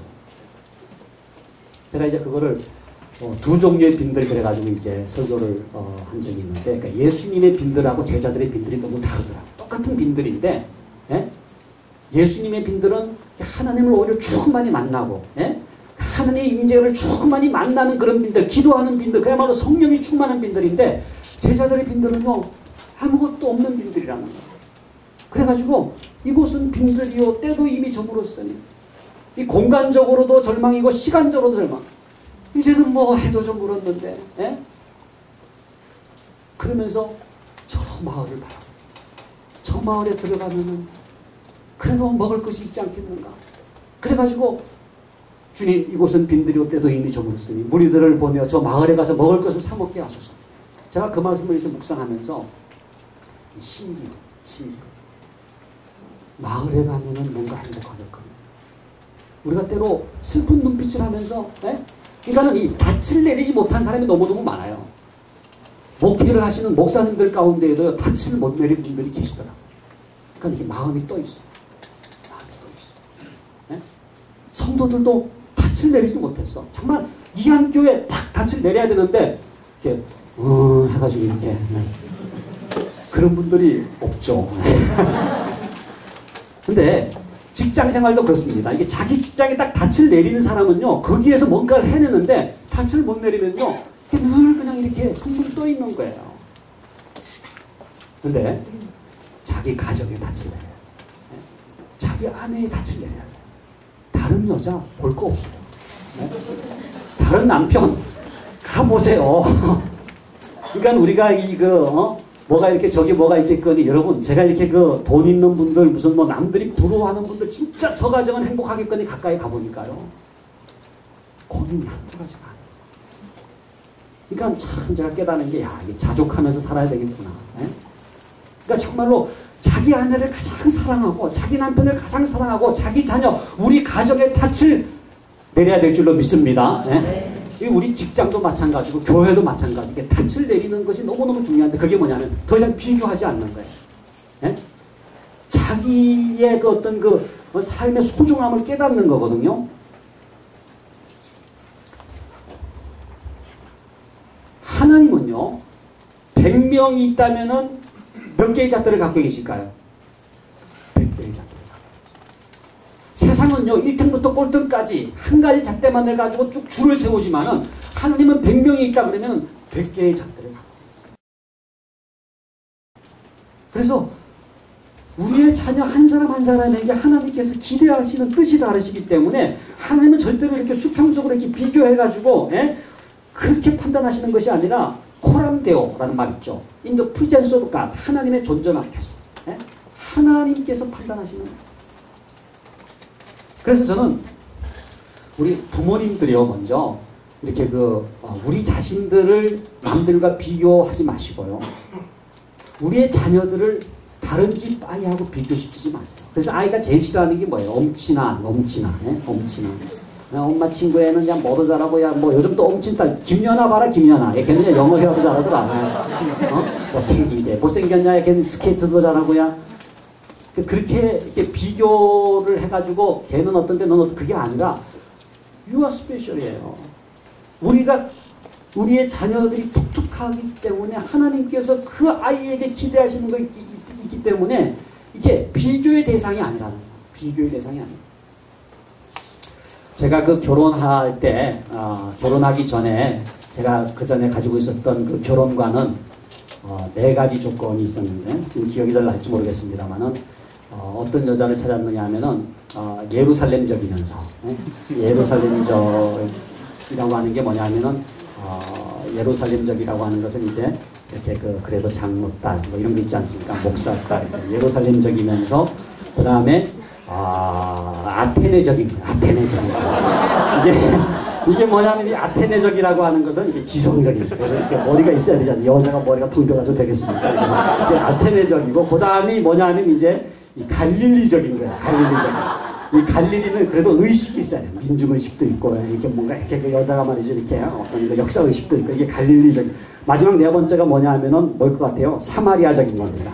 이건 좀 섹시해야 되는 거죠. 사마리아적인. 그래가지고 요 4가지 기준을 가지고 이렇게 계속 이렇게 여러분 그런 여자가 어디 있어요? 무슨 뭐 예루살렘적이고 아테네적이고 갈릴리적이고 사마리아적인 그러니까 뭐 지성적이면서도 야성적이면서도 무슨 뭐 고전적이면서도 현대적이고 무슨 뭐 그런 여자 결국 만나면 이티처럼 생겼을 거야 아마. 그러니까는 결혼 대상자도 더 베스트를 찾는 게 아니더라고요. 유니미스를 찾는 거예요. 유니미스. 독특한. 그러니까 비교해가지고, 근데 얘는 그 전에 얘는 선 많이 본 사람은 그 전에 선 본 여자보다 이 여자는 계속 비교하면은요, 물론 그래가지고 더 베스트를 구할 수가 있죠. 근데 우리나라의 베스트 가지고는 이민간 미국의 재미교포 가운데 더 좋은 사람이 있을지 누가 압니까? 그래가지고 전 세계에 올라가지고 더 베스트를 딱 찾았다고 할지라도 그때 나이 65세. 그래서 정말 우리의 아내, 남편, 독특한 겁니다. 그 독특함의 축복에 대해서 우리가 묵상할 수 있기를 바라요. 독특함의 축복. 비교의 대상이 아닙니다. 사도 바울이 말이죠. 고린도전서 4장 3절 4절에 뭐라고 말씀했어요? 다른 사람의 판단은 내게 매우 작은 것이다. 그죠? 나도 나를 판단치 아니하노니 오직 나를 판단하시는 이는 주시니라. 그게 세 가지 판단이 나옵니다. 그죠? 다른 사람의 판단, 나 자신의 판단, 마지막이 주님의 판단. 근데 다른 사람의 판단은 내게 매우 작은 것이라는 거예요. 여러분 사도 바울이요 비교당하면은요 끝이 없어요. 예? 다른 사람의 판단을 작게 여겼어요. 저는 여러분들이 이 다른 사람의 판단으로부터 자유할 수 있기를 바랍니다. 예? 누가 어떻고 뭐 내게는 매우 작은 것이다. 그 다음 두 번째 말, 나도 나를 판단치 아니하노니 나도 나 자신을 정죄하지 않는 거예요. 예? 때로는 우리가 자기 자신을 정죄할 때가 있지 않습니까? 그게 아니라 오직 나를 판단하시는 이는 누구니라? 주시니라. 하나님. 고람돼요. 그러니까 하나님 앞에서만 판단받게 될 때 우리에게 진정한 자유함이 있는 거예요. 여러분 우리 자녀들도 마찬가지고 우리의 삶도 마찬가지고 하나님 앞에서 판단받는 거지 뭐 다른 사람에 의해서 우리가 정죄받고 그게 아니에요. 나도 나를 판단치 아니하노니 오직 나를 판단하시는 이는 주시니라. 이거에서 가장 실패한 사람이 누굽니까? 사울왕. 다윗은 만만이요 사울은 천천히다. 예? 그 비교로 인해서 그냥 그 인생이 갓버렸어요. 그러니까 사탄은요 우리의 삶을 망가뜨리기 위해서 가장 잘 사용하는 게 뭐냐면요 이겁니다. 비교. 근데 참 재미있는 것은요 멀리 있는 사람과 비교하는 게 아니더라. 가까이 있는 사람과의 비교. 여러분들 가운데 힐러리하고 비교해서 열등의식 느끼는 분이 계십니다. 그런 분은 제가 거의 못 봤어요. 네?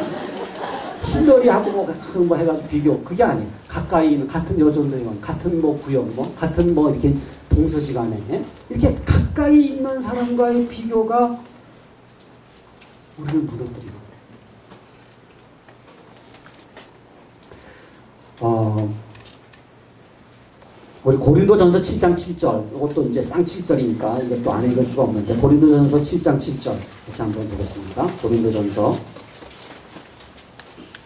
7장 7절 말씀 우리 같이 한번 찾아서 한번 읽겠습니다. 시작. 나는 모든 사람이 나와 같기를 원하노라. 그러나 각각 하나님께 받은 자기의 은사가 있으니 이 사람은 이러하고 저 사람은 저러하니라. 아멘. 저는 이 말씀 너무너무 좋아요. 이 사람은 이러하고 저 사람은 저러하니라. 그 사도 바울이 다 나처럼 되면 좋겠는데 그러니까 이건 신앙적인 걸 얘기하는 성숙한 크리스찬이 되기를 원하는데 그런데 뭐라고 되어 있습니까? 그러나 각각 하나님께 받은 자기의 은사가 있으니 그래요. 그러니까 여러분들 각각 이한교회 성도님 각각 하나님께 받은 은사가 있으니 우리 자녀들도 마찬가지입니다. 각각 하나님께 받은 은사가 있으니 이 사람은 이러하고 저 사람은 저러하니라. 이 말씀 참 이게 좀 부드럽잖아요. 그죠? 이 사람은 이러하고 저 사람은 저러하니라고 하는 게 뭐예요? 비교하지 말아요. 독특한 게 있다는 거예요. 네? 그러니까 우리 성도님들도 이렇게 생각할 때 자기 생각으로 그냥 정죄하지 마세요. 왜냐하면 그 사람은 그러한 거예요. 네? 그 사람의 또 은사가 있어요. 그 사람의 어떤 독특함이 있기 때문에 내 관점으로 이렇게 자문화 중심주의라고 그러죠. 자기 관점으로 그냥 다 정죄해버리게 될 때 상처를 주게 되는 거죠. 그래서 각각 받은 은사들의 삶이 있다. 이게 사도 바울의 고백인데 그게 뭐냐? 독특성입니다. You are special. 그죠? 그 다음 넘겨주시면은요. 다섯 번째. 나의 길. 예. 나의 길까지만 하고 쉬도록 하겠습니다. 나의 길까지만 하고. 이러한 독특성을 찾고 진짜 자기 은사를 발견했을 때 마이웨이가 있어요. 마이웨이. 정말 여러분 저는 이 마이웨이라는 말 너무너무 좋아요. 정말 하나님께서 생각하시는 저의 그 마이웨이를 가고 싶습니다. 남들이 다 간다고 그냥 따라가는 게 아니라 하나님 뭐가 마이웨이입니까? 그 사도 바울이 사도행전 20장 24절 같이 한번 읽어볼까요? 나의 달려갈 길과 주 예수께 받은 사명 곧 하나님의 은혜의 복음 증거하는 일을 마치려 하면은 나의 생명을 조금 더 귀한 것으로 여기지 아니하노라. 이거 보면은 나의 달려갈 길 이게 마이웨이입니다. 근데 사도 바울은요 그냥 기어가고 걸어가는 게 아니에요. 달려가는 마이웨이가 있다는 거예요. 그게 뭡니까? 주 예수께 받은 사명. 그게 뭐예요? 하나님 은혜 복음 증거하는. 이걸 하는 데에는 나의 생명을 조금 더 귀한 것으로 여기에 아니하노라라고 하는 분명한 마이웨이에 대한 고백, 이게 사도행전 20장에 나옵니다. 그래서 저는 정말 여러분들이 은사를 발견했다면요, 진짜 독특한 여러분의 삶에 대해서 결단하세요. 여기는 용기가 필요하고 모험심이 필요하고 결단이 필요해요. 그러니까 길이 있어서 가는 게 아니라 하나님이 주신 은사가 있기 때문에 가는 거예요.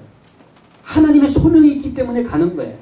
그러니까 확실성이라고 하는 게, 우리는 이렇게 길이 있는지를 보고서 나의 은사와 관계없이 이게 될 것 같으면 이렇게 가는 그런 식의 삶을 살아왔다고 한다면, 그게 아니라 이제는 하나님이 나에게 주신 은사가 뭐냐 이거예요. 하나님이 주신 나에 대한 부르심이 뭐냐 이거예요. 그게 길입니다. 그게 마이웨이. 우리 자녀들도요, 이게 뭐 이쪽으로 나가면 이게 남들이 다 간 길이니까 너도 가봐라가 아니라, 그 아이에게 큰 은사, 독특한 은사가 있다면은 그 은사를 발휘하게 하는 거예요. 그 은사, 그 부르심대로 가게 하는 거예요. 이게 소명의 길이거든요. 블루오션이란 말이, 블루오션. 블루오션이라고 하는 게 뭐예요? 예? 아무도 가보지 않은 푸른 바다가 가는 거예요. 길이 없다고 얘기하죠. 그러나 나의 은사와 하나님의 부르심이 있는 곳이 길인 줄로 믿습니다. 예? 그 길을 갈 때 남들은 나중에 길이 있구나라고 얘기합니다. 그러니까 우리의 내면에서부터 하나님의 부르심에 순종하고 우리의 은사가 개발되는 그러한 방향으로 나아가게 될 때, 마지막에 적어 있는 것처럼 은사와 비전을 따라가면 그곳이 길이 되는 거야. 그곳이 길이 되는 거야. 여러분, 요한복음 21장에 보면은요, 그 베드로가 예수님께서 이제 부활하신 후에 나타나셔가지고 네가 나를 사랑하느냐 3번 묻잖아요. 그 다음에 뭐라고 말씀하시냐면요, 나를 따르라. 베드로가 뭐라고 항변했습니까? 이 사람은 어떻게 되겠습니까? 누구를 바라봤어요? 요한을 바라봤어요. 그러니까 베드로에게 가장 라이벌 의식을 가지고, 베드로의 비교 대상의 넘버원이 누구냐면 요한입니다. 가장 가까운 수제자들 중에 한 사람은 요한이에요. 이 사람은 어떻게 되겠습니까? 그러니까 아마 베드로는 주님, 제가 주님 따르겠습니다. 그러나 이 사람은 왜 남겨놓는 거죠? 이 비교의식으로 인한 항변이 있었어요. 그때 예수님께서 뭐라고 말씀하시냐면은 You follow me. 영어 성경 보면은 You follow me.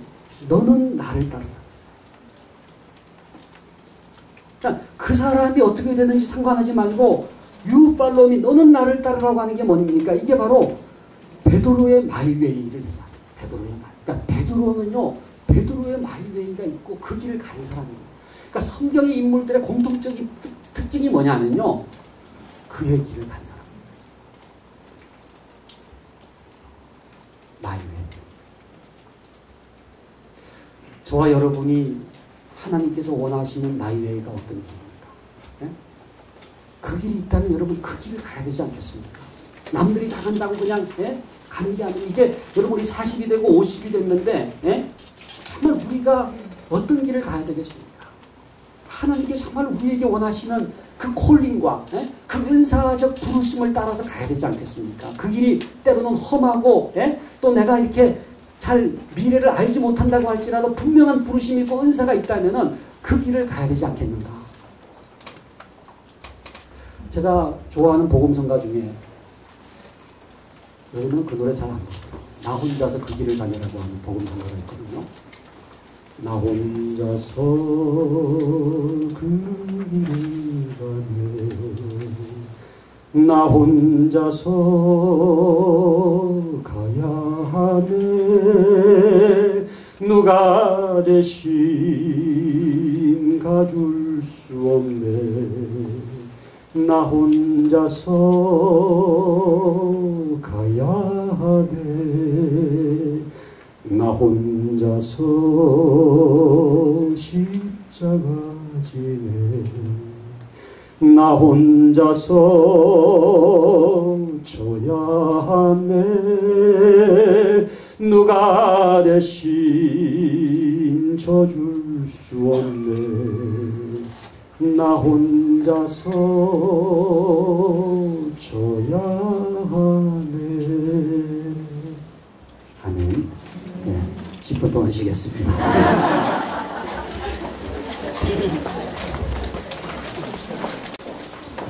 밖에서 뭐 드시는지 궁금한데, 뭐 메뉴가 뭡니까? 샌드위치. 예, 우리 이제 여섯 번째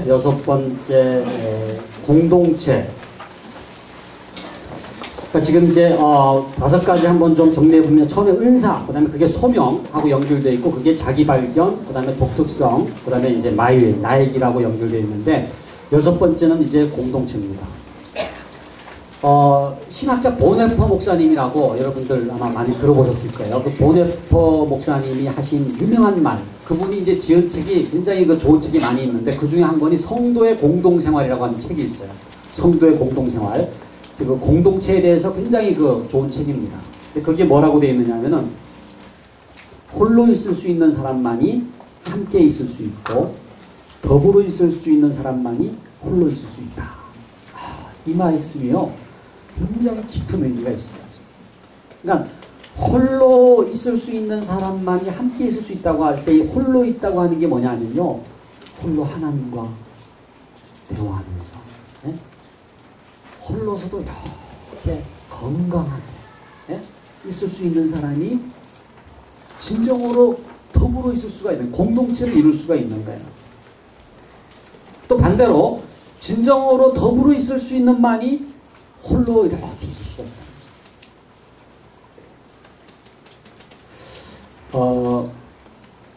이분이 또 한 유명한 말, 지금 기억이 나는 말씀이네요. 그게 뭐냐 하면은, 다른 사람과 함께 예수님 이야기를 하는 것보다 예수님과 함께 다른 사람 이야기를 하는 것이 더 좋다.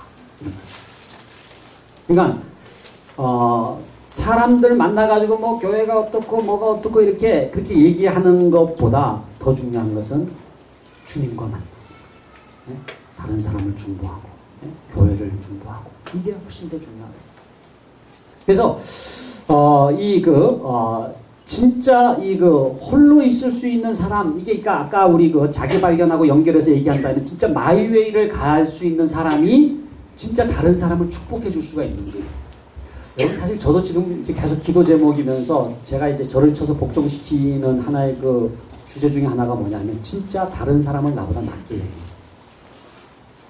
그게 쉬운 게 아니더라고요. 교수 사회에 보면은, 예? 이렇게 또, 예? 경쟁이 있지 않습니까? 여러분 직장 생활도 마찬가지. 그런데 정말로 다른 사람을 해맑게 웃으면서 축복해 줄 수 있는 것은요, 마이웨이가 가능할 때.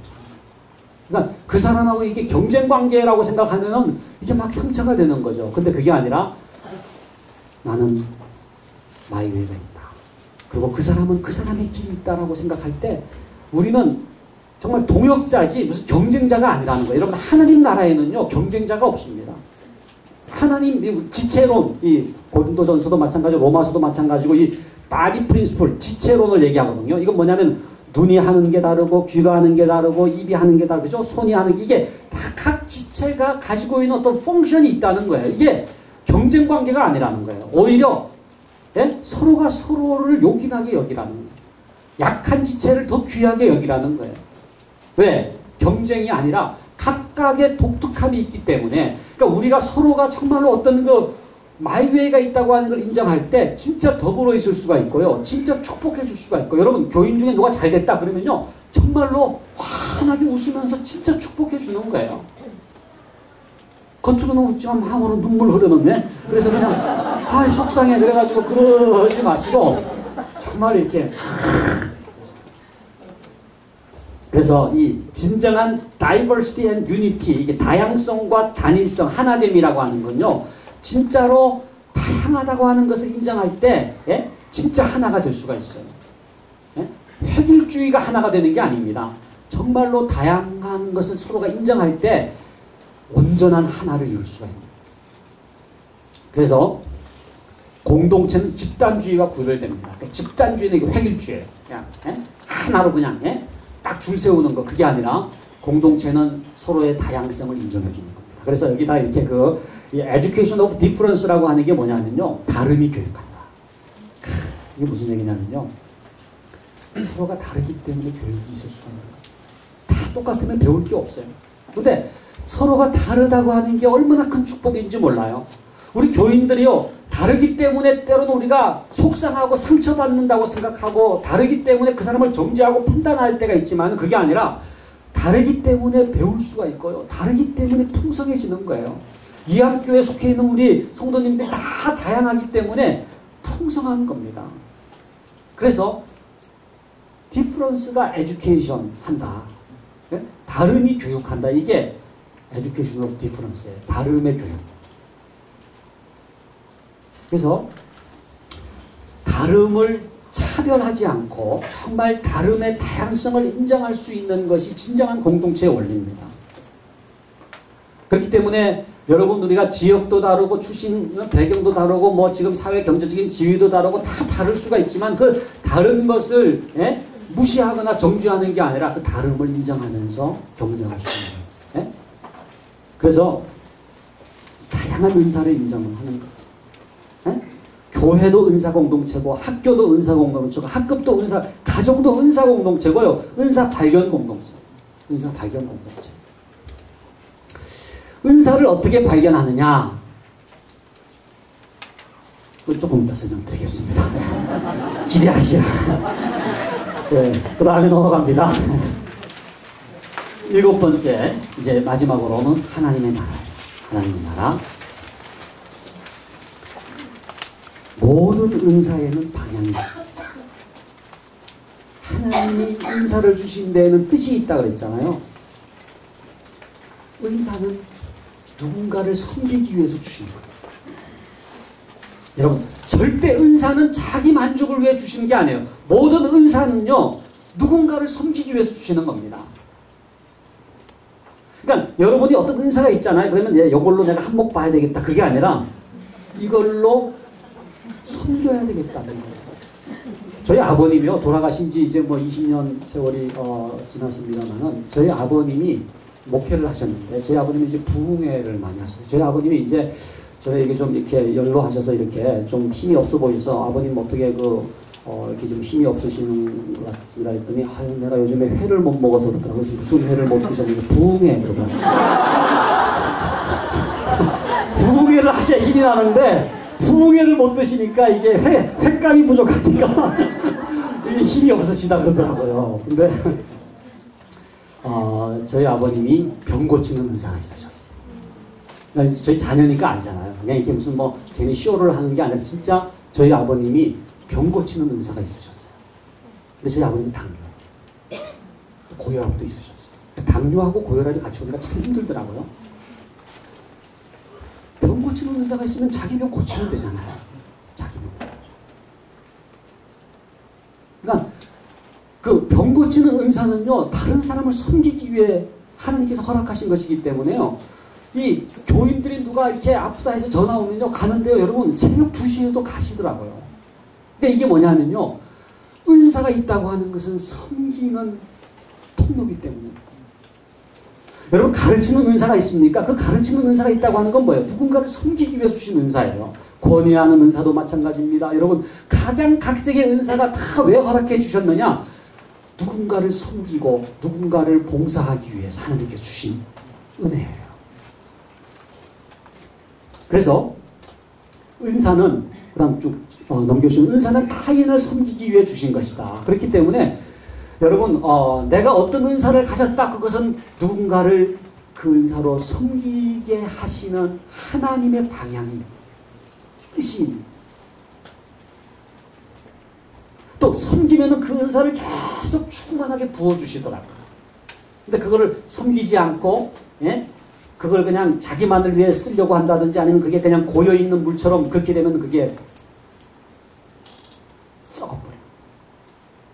더 이상 은사의 능력이 나타나지 않습니다. 우리 베드로전서 한번 찾아보겠습니다. 베드로전서 4장 10절. 베드로전서 4장 10절. 베드로전서는 어디 있느냐? 베드로후서 전에 있습니다. 베드로전서 4장 10절. 예, 베드로전서 4장 10절 같이 한번 읽어 보겠습니다. 각각 은사를 받은 대로 하나님 여러 가지 은혜를 맡은 선한 청지기 같이 서로 봉사하라. 예, 여기 보면은 각각 은사를 받은 대로. 그러니까 성경에 우리 지금 오늘 읽은 규절들만 하더라도 각각이라고 하는 단어가 참 많이 나오죠, 그죠? 각각 은사를 받은 대로 하나님의 여러 가지 은혜를 맡은 선한 청지기 같이 서로 뭐하라고 했어요? 봉사하라. 서로 봉사하기 위해서 주시죠. 그러니까 그 하나님이 주셨기 때문에 선한 청지기가 뭐예요? 그걸 가지고 자기 위해서 자기 욕망을 쓰는 게 아니라 주인을 위해서, 다른 사람을 위해서, 이웃을 위해서 섬기는 데 쓴다는 거예요.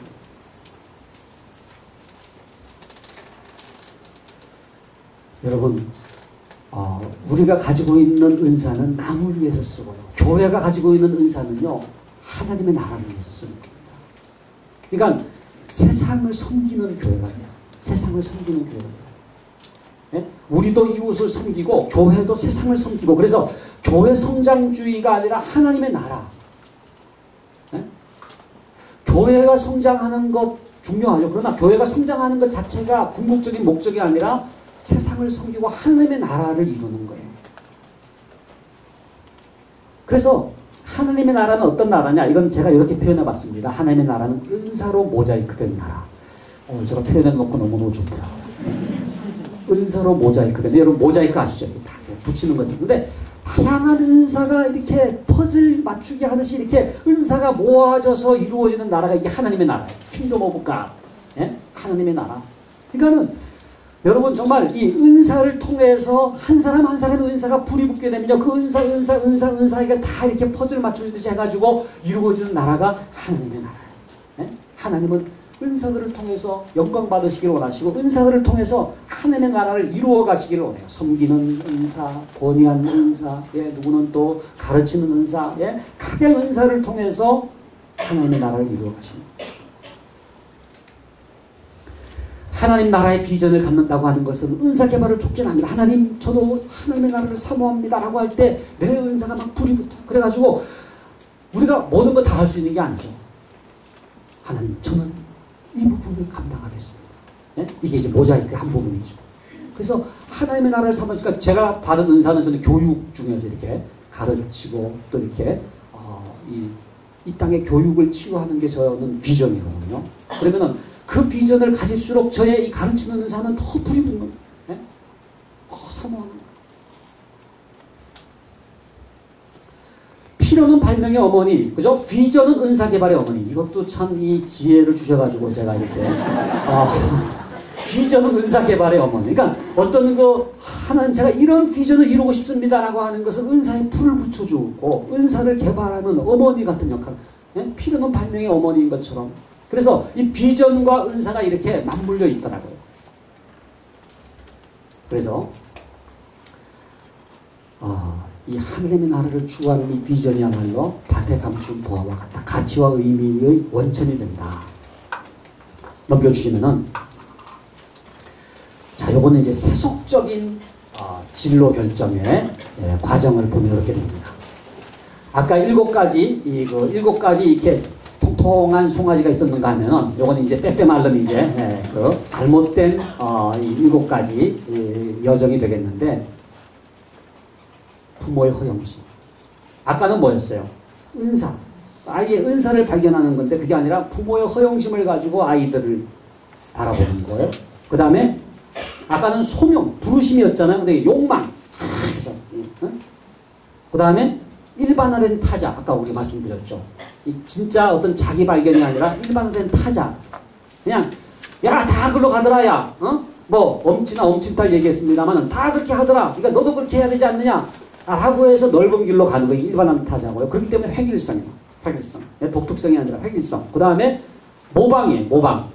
그냥 이렇게 진짜 마이웨이가 아니라 야, 남들 다 옆집 아줌마. 옆집 아줌마. 여러분, 이웃은 사랑하되 옆집 아줌마는 멀리 하시길 바랍니다. 이게 옆집 아주머니에 의해서 그냥 움직여지는 거예요. 오늘날 교육의 가장 심각한 문제가 바로 이 옆집 아주머니 신드롬 아닙니까? 근데 모방하는 게 아니라 마이웨이. 우리 자녀의 삶에 독특성을 생각하고 나의 삶에 독특성이 있다는 거죠. 그 다음에 공동체가 아니라 개인, 내 자식만 출세하면 된다는 식으로 이 개인주의죠. 그러면서 되게 되는 나라는 뭐예요? 결국 나의 킹덤, 내 왕국을 세워야 되겠다는 식으로 전락해버려요. 이게 지금요 세속적인 교육입니다. 그러니까 교회를 다니지만 이런 코스로 지금 자녀 교육을 하는 사람은요 교인이라고 하지만 사실은 세속의 길을 가고 있는 거예요.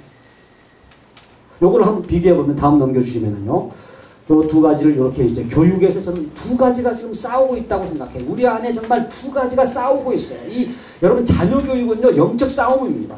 영적 싸움이에요. 근데 뭐가 싸우느냐?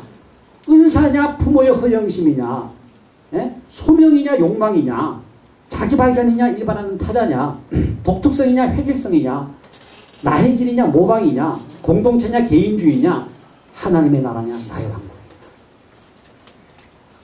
그래서 정말로 우리가 지금 처음 지금 말씀드린 진정한 은사 개발과 진로 지도, 예? 진정으로 우리의 삶도 저렇게 나가야 되고 우리의 자녀들의 삶을 저렇게 안내하는 것이 기독교예요. 이게 삶을 변화시킵니다. 근데 끊임없이 우리에게 이게 올 겁니다. 예? 어떻게 이거를 이길 수 있는지에 대해서는 제가 마지막 날 또 말씀을 드리려고 해요. 예? 근데 끊임없이 갈등할 때 여러분 우리는 은사, 우리는 소명, 그죠? 그래서 이 첫 번째 이 여정, 하나님께서 원하시는 이 여정을 따라가야 되겠다 하는 것이고요. 그 다음 넘겨주시면은 어떻게 그러면 은사를 개발하겠느냐? 예, 넘겨주시면은요. 이제 하우가 이제 마지막으로 중요한데, 예수님의 눈길을 어제 말씀드렸습니다만, 특별히 여기에 지금, 그 다음에 내려와 주시면은요. 예수님의 은사 개발에 몇 가지 그 원리가 있는데, 그것이 가장 잘 나타나는 것이 저는 요한복음 1장 42절이라고 생각해요. 요거 한번 좀 외웠으면 좋겠습니다. 오늘 예수께서 보시고 이르시되 네가 요한의 아들 시몬이니 장차 개발하래. 요거 한번 같이 외우겠습니다. 시작. 예수께서 보시고 이르시되 네가 요한의 아들 시몬이니 장차 개발하라. 네. 그러니까 우리 지금 이 시몬이 우리의 자녀라고 한다면요. 우리의 자녀들을 바라보면서 예수님이 보시듯이 예수님의 눈길로 아이를 바라보면서 네가 요한의 아들 시몬인데 요한의 아들이 아니잖아요. 그러니까 박상진의 아들이랑 여러분들이 이름을 붙여가지고 김한묵의 아들 누구, 예? 또는 딸 누구, 이미 장차 개발하라, 장차 하나님의 일꾼 될 거 아닙니까? 그죠? 이게 바로 그 시몬의 은사, 시몬의 가능성에서부터 뭐를 바라보는 거예요? 장차 개발을 바라보는. 그 예수님의 눈길에 이 네 가지 특징을 보면요. 첫 번째는 이 내면을 바라보십니다. 내면. 그러니까 그 아이의 어떤 그 겉모습이나 외모, 그게 루키즘, 외모 지상주의가 아닙니다. 여러분, 저는 예수님이 말이죠. 예수님이 여러분 절세 미인이었을까요? 예? 예수님이 정말, 우리가 영화 같은 거 보면은 예수님, 제일 핸섬한 배우가 예수님 역을 하지 않습니까? 예? 제일 예쁜 여자가 맞는 역이 뭐예요? 성모 마리아. 성모 마리아. 제가 그 어릴 때, 그 성탄절 때, 그 선거할 때, 제일 예쁜 여학생을 성모 마리아를 시키더라고요. 그러니까 우리 남학생들이 하고 싶었던 게 뭐겠습니까? 예? 아기 예수님, 안길 수가 있습니까? 근데 이제 아기 예수님은 이제 인형을 쓰더라고요. 인형을 쓰는. 그러니까 우리가 전부 하고 싶었던 게 이제 뭐냐면 요셉입니다. 요셉. 한 번이라도 그 예쁜 여학생과 부부의 인연을 맺고 싶어가지고 기다리는 거예요. 저도 이렇게 기다렸더니 김명자 선생님, 지금 이름이 기억, 김명자 선생님, 그 연극 지도하는 선생님이 저한테 뭐를 시키시냐면은 양식, 지나가는 양. 그러니까 그 요셉 역은 그 김용수라고 아주 잘생긴 친구 시켰어요. 지금도 제가 이 상처가 남아있는 것 같습니다. 근데 여러분, 정말 그 마리아가 무슨 뭐 화려하고 무슨 뭐 절세 미인이었겠어요? 목수의 아내였고, 목수의 어머니였는데. 그러니까 이게 우리가 너무 이렇게 그 외모를 이렇게 좀 중시하는 인간의 어떤 생각이 가미된 게 아닌가. 이제 그런 생각이 드는데, 여러분, 예수님께서 이렇게 바라보실 때는요, 외모가 사무엘상 16장 7절이죠. 거기 보면은 하나님께서 다윗을 택하실 때 뭐라고 말씀하십니까? 사무엘에게 너는 그 용모와 신장을 보지 말라. 내가 보는 것은 사람과 같지 아니하니 사람은 뭐를 보거니와 외모를 보거니와 나 여호와는 중심을 보느니라. 중심을. 그러니까 속 사람을 볼 수 있을 때 은사를 발견할 수가 있어. 예?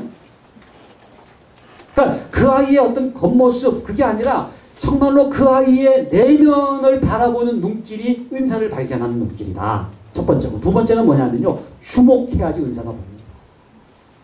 집중적인 사랑의 눈길로 바라볼 때 은사가 보여요. 예수님은요, 이렇게 눈이 이렇게 그냥 스쳐 지나간 적이 없어요. 누군가를 바라볼 때 성경에 보면 그런 표현이 많이 나옵니다. Fixed his eyes on. 그의 눈을 누구에게 고정시키셨다는. 그러니까 우리는 누구를 볼 때 아주 이렇게 독특스러워지지 않으면은 이렇게 그 눈이 이렇게 아까 지난번에 말씀드린 것처럼 째려보든지 이렇게 둘 중에 하나입니다만은 정말로 사랑의 눈길을 가지고 이렇게 그 주목하고 집중적으로 바라보는 것이 참 중요한 것 같아요. 여러분 돋보기로 햇빛을 모아보신 적 있습니까? 이거 돋보기라고 한다면은 돋보기로 햇빛을 모으면은요 뭐 따뜻하지도 않은 것 같은 햇빛이지만 초점을 맞추어서 집중적으로 모으게 되면요 어떻게 됩니까? 불이 붙어요. 불이 붙잖아요. 그죠? 수도꼭지에서 떨어지는 물방울 감촉도 없는 것 같지만은 똑같은 곳을 향해서 집중적으로 떨어지게 되면 어떻게 됩니까? 세면바닥도 부러지고. 그러니까 그 아이의 은사에 불을 붙이기 위해서 가장 중요한 것 중에 하나가 뭐냐면 주목해서 바로 집중적으로 사랑하는 거예요. 집중적으로 사랑하는 거예요. 그 다음에 장차를 바라보고 미래를 바라보시는 눈길이고요. 마지막에는 값을 치르시는 눈길. 이건 뭐냐면요. 저는 이 장차라고 하는 짧은 단어지만은 예수님께서 첫 말씀을 하시면서 울먹이셨을 것 같아요. 왜? 장차라고 하는 짧은 단어지만 그 속에 뭐가 들어있어요? 골고다가 들어있어요. 가시멜리오가 들어있어요. 십자가가 들어있어요. 여러분 그냥 시몬이 개발되는 게 아니지 않습니까? 거기는 값을 치르는 주님의 희생이 있죠. 저는 교육을 한마디로 정의하라고 한다면은 교육이 뭐냐? 교육은 희생이라고 말씀드렸죠. 희생이다. 그러니까 희생이 없는 교육이 없습니다. 우리가 어머니가 된다고 하는 거, 아버지가 된다고 하는 거, 자녀를 교육하겠다고 하는 것은 희생하겠다는 거예요. 그죠? 누군가 변화됐습니까? 분명히 말씀드릴 수 있는 것은 누군가의 희생이 있었다는 증거예요. 그래서 값을 치르시는 눈길로 바라보고, 그러니까 예수께서 보시고 하는 것처럼 우리가 자녀들을 바라볼 때 내면을 바라보고 또 집중적으로 바라보고 또 장차를 바라보고 그 다음에 희생의 눈길로 값을 치르는 눈길로 바라볼 때 그 자녀의 은사를 개발하고 은사에 불이 붙을 수가 있다는 거예요. 그 다음 넘겨주시면은요.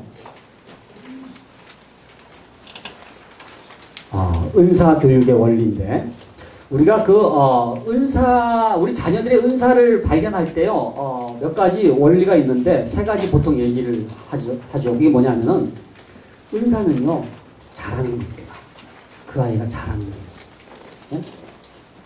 그러니까 그 아이가 뭔가 이렇게 잘하는 거, 성취하는 거, 예?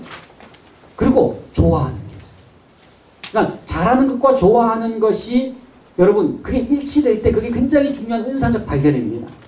좋아하는 게 있어요. 그러니까 하나님은요 빌립보서 2장 12절 13절에도 뭐라고 말씀했냐면 내 마음에 소원을 두고 행하게 하시는 이는 믿으시니. 그러니까 하나님께서는요 우리 마음에 소원을 두고 이렇게 좋아하는 마음을 주심으로써 일을 하게 하시는 거예요. 그러니까 여러분들 가운데 가끔 걱정하는 분이 있어요. 왜냐하면은 하나님께서 나를 아프리카 선교사로 보내면 어떡하시나 이렇게 두렵고 떠는 거예요. 그러면 어떻게 하지? 그래서 늘 불안해. 아프리카 가라 그럴까봐. 근데 여러분 절대 하나님은 여러분 그렇게 보내지 않습니다. 여러분들에게 기쁜 마음을 주세요. 그러니까 억지로 가게 되는 곳은 없습니다. 제가 그 존 화이트라고 하는 분이 여러분들 그 읽으시면 좋겠어요. 헌신의 대가라고 하는 책이 있어요. 헌신의 대가. 근데 그 책에서 뭐라고 얘기하냐면요. 크리스찬의 삶에 진정한 헌신은 없다. 그러니까 이를 안 물고 그냥 하나님 제가 이 길을 가겠습니다. 그런 식의 헌신은 없다는 거예요. 그 길이 좋아지게 만들어서 그 길을 가게 하신다. 그러면서 이제 밭에 감추인 보화 얘기를 하더라고요. 그러니까 그 밭에 감추인 보화를 발견한 농부가 이를 갈면서 재산을 팔았을까요? 아니면 이렇게 콧노래를 부르면서 재산을 팔았을까요? 네? 콧노래를 부르면서 값을 계산해도 이건 남는 장사예요. 무슨 얘기입니까?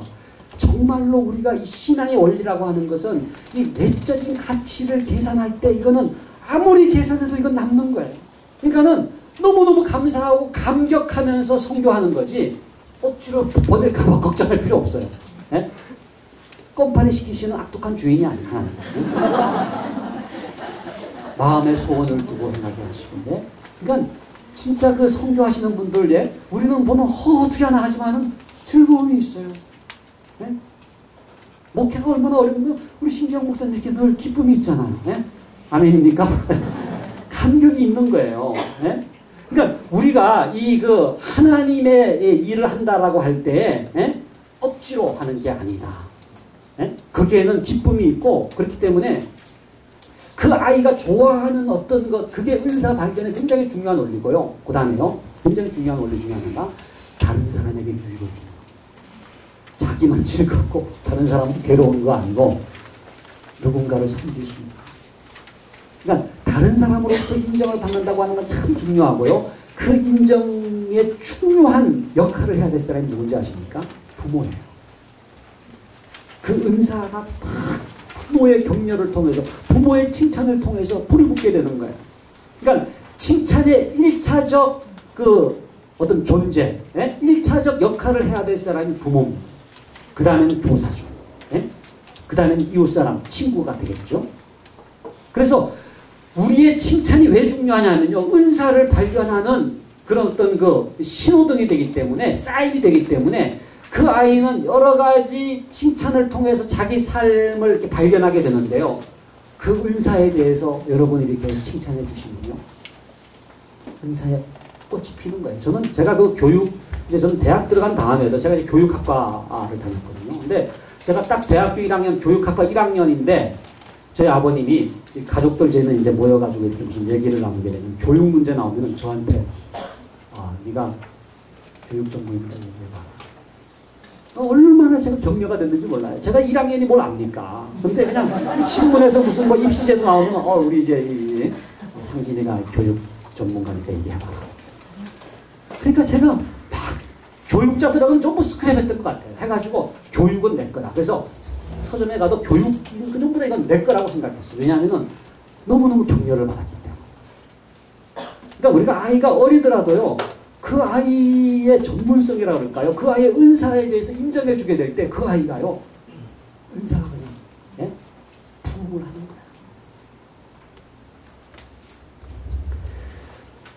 거예요. 은사 교육에서 가장 중요한 것은 뭐냐면요, 선생님이나 부모가 은사적 삶을 사는 겁니다. 부모가 정말로 기쁨으로 자기의 은사를 발휘하는 부모를 모신 자녀는요, 은사를 발견하는 게 너무너무 쉬워요. 근데 부모가 그냥 불평하고 원망하고 그냥 죽지 못해 사는 것처럼 살게 되면요, 네? 힘들어요.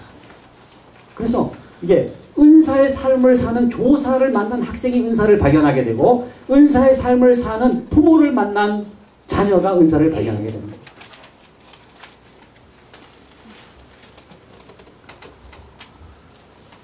그리고요, 그렇기 때문에 모든 아이를 존중할 필요가 있습니다. 왜냐하면 모든 아이에게 다 은사가 있기 때문에. 우리 자녀들도 마찬가지입니다. 형제가 여러 명이면 아이 한 명 한 명이 독특한데, 어떤 부모는 야, 큰애, 그러니까 비교해가지고 자꾸 이렇게 그 열등감을 심어주는 거, 그게 아니에요. 다를 뿐이에요. 다를 뿐이에요. 네?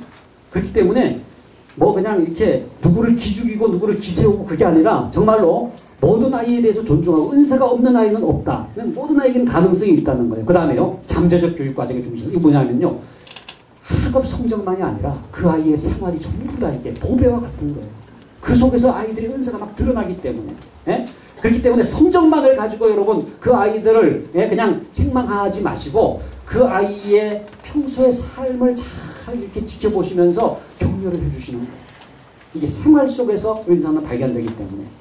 그리고 학생 중심 커리큘럼이라고 하는 것은 그 아이의 삶의 여정이 있는 거지, 뭔가를 이렇게 그냥 이렇게 주입하는 것만이 아니라 그 아이의 여정을 존중해주고, 공동체 교육, 그리고 가정과 교회의 학교의 연계.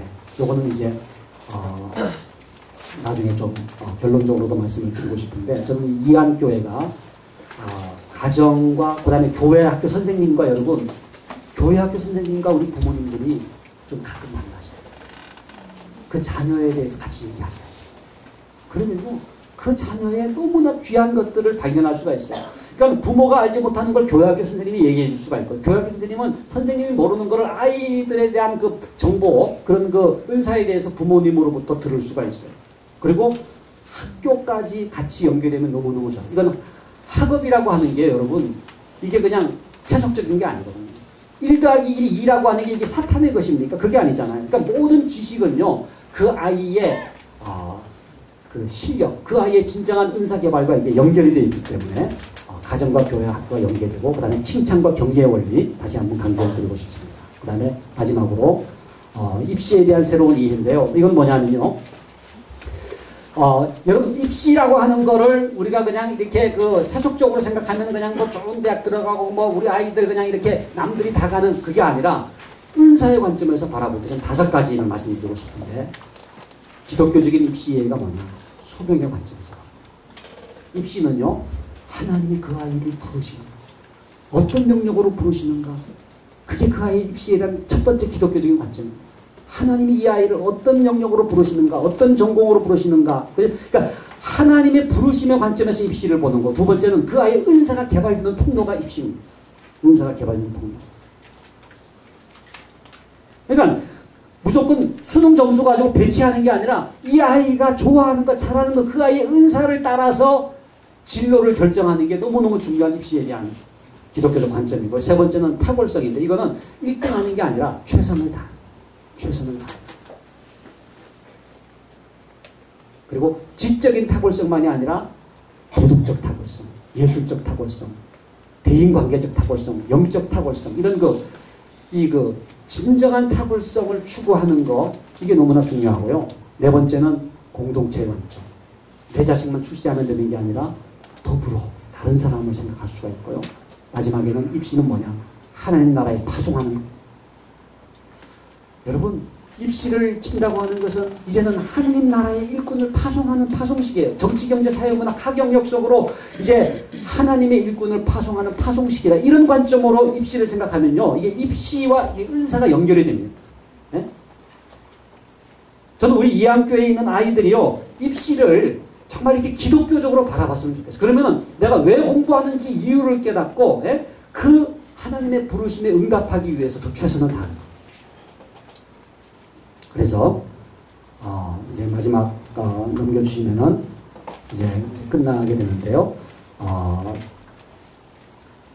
이거는 이제 정말로 우리가 이렇게 전체 우리 교육을 위해서 이런 이제 실천들을 했으면 좋겠다고 하는 것을 적어놨습니다. 오늘 말씀을 좀 정리를 하면은요, 우리 7가지 한번 좀 정리해보죠. 첫 번째가 뭐죠? 첫 번째가 은사, 두 번째가 소명, 세 번째가 자기 발견, 네 번째가 독특성, 다섯 번째가 나의 길, 마이 웨이, 여섯 번째가 공동체, 일곱 번째가 하나님의 나라.